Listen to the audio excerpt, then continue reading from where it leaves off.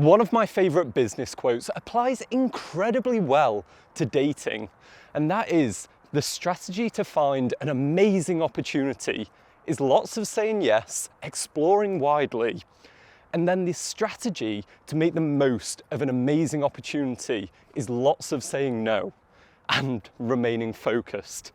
In a world of 4.5 billion women, the strategy to finding the one is exploring widely and making the most of that opportunity. So I think if you're looking to find the one in 2024, 2025, hi, the way you should be approaching it is simply these 4 steps. Starting off, you may think that exploring widely, why don't you use what is the biggest tool for that right now? We get lots of opportunities on dating apps, so clearly that must be me exploring out, trying to find that girl. But I don't think it is whatsoever, because dating apps have a fundamental flaw. They are forcing you to try and make a logical decision over something that is purely an emotional experience. Think about it, the dating app interface, it just kind of gives you like some photos and statistics about this person of how tall they are, what school they went to. When have you ever logically fallen in love with somebody? Like, never. So it's a fundamentally flawed platform because you can't get that emotional experience. The girl that I'm dating right now openly admitted we never would have matched on dating apps because her preferences would not have included me in those stats. But then 1 minute into us knowing each other, we already knew we had a strong connection. So if you're wanting to explore widely, the first step is prioritizing in person, because what it takes is honestly a minute of being in person with someone to really understand whether this could be something or not. And we obviously don't want to do this because it hurts. We end up having to suffer through far more rejection this way. Going up and doing that quick test, the way that I speak it to clients is saying that it's like a vibe check, that you simply go over there and you see, hi, if you have that kind of thing going on where it's like, oh, we do have that kind of instant chemistry that you would get from a 60-second interaction. But you just don't get that if you're on a dating app. You will never get it and you will send yourself crazy. This is the problem of the analytical guy who spends forever thinking about this, but you will never think your way into knowing what you want. It requires going out there. I even know this because in my first ever relationship, I was with someone and they were really quite timid, and even when we went to the supermarket, like, she'd be quite shy because there was just lots of people around. And I'm quite an adventurous person. So I didn't realize until I dated a girl a bit later on where we went go-karting, and honestly, I was a bit nervous. There was people flying past, going super fast. And I was like, wow, this is intense. And then she was just loving it. She was so adventurous. And it took me having that experience of saying yes, searching widely to know, I think I really want to be with a girl who's adventurous. And I had this conversation with a guy earlier this week because he was still trying to think through what he really wanted when he simply didn't have enough data. If you're confused of what you're looking for, it's because you don't have enough information to make that decision. So that is, first and foremost, step 1 is prioritizing in person, because your body will know. It's instinctual, it's an emotional experience to know if you're interested in somebody. Then, secondly, and for this, I'm going to show you a poem that I show to a bunch of my clients as well, because I think it's quite important. Right, if I get this in one go, I'm going to be well impressed. Okay. She had blue skin and so did he. He kept it hid and so did she. They searched for blue their whole life through. They passed right by and never knew.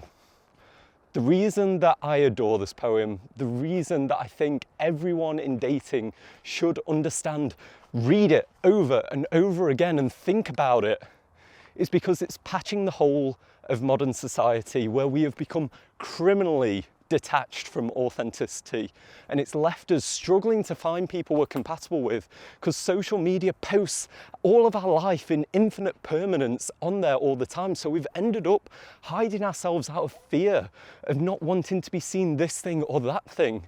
So then when we go into relationships, we're just not particularly ourselves. We're not expressing ourselves properly. So even though you're looking for somebody and you think you want to find someone compatible, chances are you'll pass right by because you're not really showing who you are and they're probably not showing who they are. So the second step in finding the one amongst that 4.5 billion is becoming more comfortable with expressing who you are, blue skin and all, because that's what people really connect to. The thing that people really want to see is your kind of quirks, your weird flaws, you sort of like uniqueness, idiosyncrasies. That is what we really want, because why you? That is the fundamental question of all of this. Out of all those billions of people, they pick you. So why be someone who is just completely average? It is totally pointless, right, man? It's not anything that anybody wants. Funnily enough, they surveyed women's preferences on men, and they found out that the least desirable preference was someone that was just average, uncreative, nothing special about them. That came in lower than like unmotivated and someone who was like messy. The fact that they were like uncreative and just normal, it doesn't inspire anyone. It doesn't make me think that that's the person that I want to be with. Then, thirdly, I want to kind of destroy, for step 3, a common phrase that seems to exist of don't hate the player, hate the game. And this is because I get comments in the comment section below, and it's just people suggesting it like it sucks how much work men have to do in dating, like how much they have to learn, improve themselves, fail and try again, whilst women seem to get just like an easier go of it. And it's like, why do we have to do all this? And you know what, like I kind of get it. It is tough. As a guy, we certainly have more of a rhetoric around our dating advice to be, well, go improve, go do something, go learn, get better. And yeah, that is tough, but that is the game. Like, you can either sit there and just be like, women suck, hate the player, this sucks, and then hate the game of just being like, modern dating isn't fair. But at the end of the day, you still just end up where you are right now. And like, that's one of the things I'm really happy with, the fact that I didn't do when I was like 19, 20, because I was a fucking loser. Like, I did terrible with women for years, but fortunately, I did kind of blame myself. I didn't hate the player, I didn't hate women, I didn't hate modern dating, as frustrating as it can be. I took responsibility for that. So don't hate the player, don't hate the game. Learn to win the game, learn to get really good at it. And these 3 steps together is what is kind of your perfect trifecta for finding the most amazing opportunity, which then leads us to the final step. And that is avoiding the quintessential trope, which is more prominent with us now than ever before.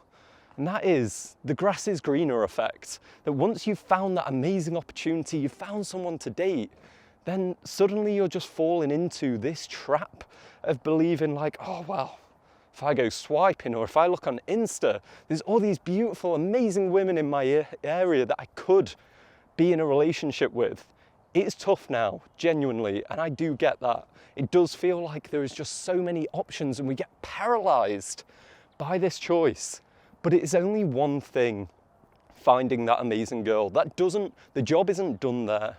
It's one thing to have the girl, then the next job is to build the amazing relationship. And that takes a level of communication. It takes you swallowing some fucking insecurities sometimes of just being like, okay, I think I can get pretty insecure and triggered by this. I think I need to probably deal with that a little bit better than taking it out on you. I get that. I could do better. And that's what it takes to build up your strength in this area and not just be that kind of useless basic guy that thinks as soon as he's got the relationship, it's all over and now he's done. So they are your 4 steps to learn how to meet the one out of 4.5 billion. That is what it will take to get exactly what you're after in this world. It's only 4 steps. So if you want that, then I highly recommend you learn one more skill. One more skill that will set you apart from everyone else right now, that will set you apart from the other 4 billion guys that are trying to go talk to her. And that is mastering the art of connection, mastering the art of allowing this girl to see you for who you really are, to be truly authentic. And I have broken this down into 2 key elements of how you can become this and you can separate yourself out. And in this video here, I talk through how you can make a girl fall in love with you super fast by mastering that art of connection. So if you want to find the one, then check this out.